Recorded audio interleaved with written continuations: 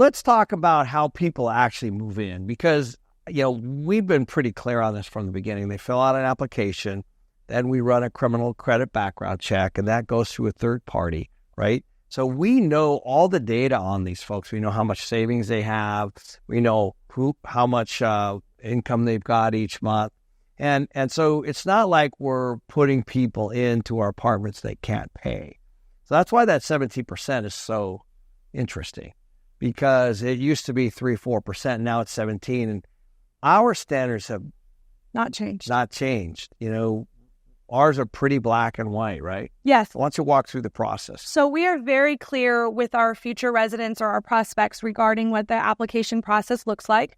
They're given that when they come in and they apply. We do use, like you said, a third-party agency that has all of our standards, which are across the board and very industry standard.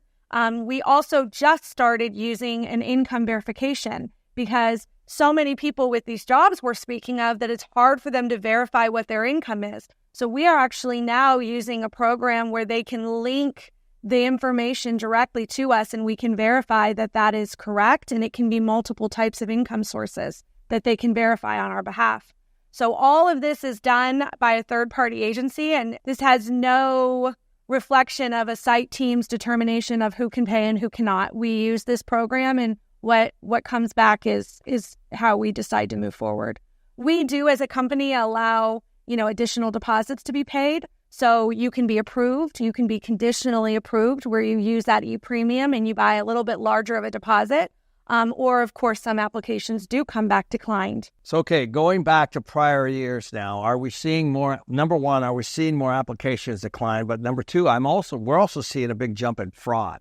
Yes. In other words, we're starting to see people actually go and fabricate W-2s and do all the stuff and say they have jobs. So all of these things are starting to be new to us, right? Right. So what are you seeing in that area? So for us to be able to stop that or help at least eliminate it to the best of our ability is the rolling out the income verification, where the resident is responsible for uploading the information in, and we have a third party vet out whatever is uploaded into the software and or their bank account and verify that everything is correct and real. Because in a lot of our areas, we are seeing a very high level of fraud regarding income.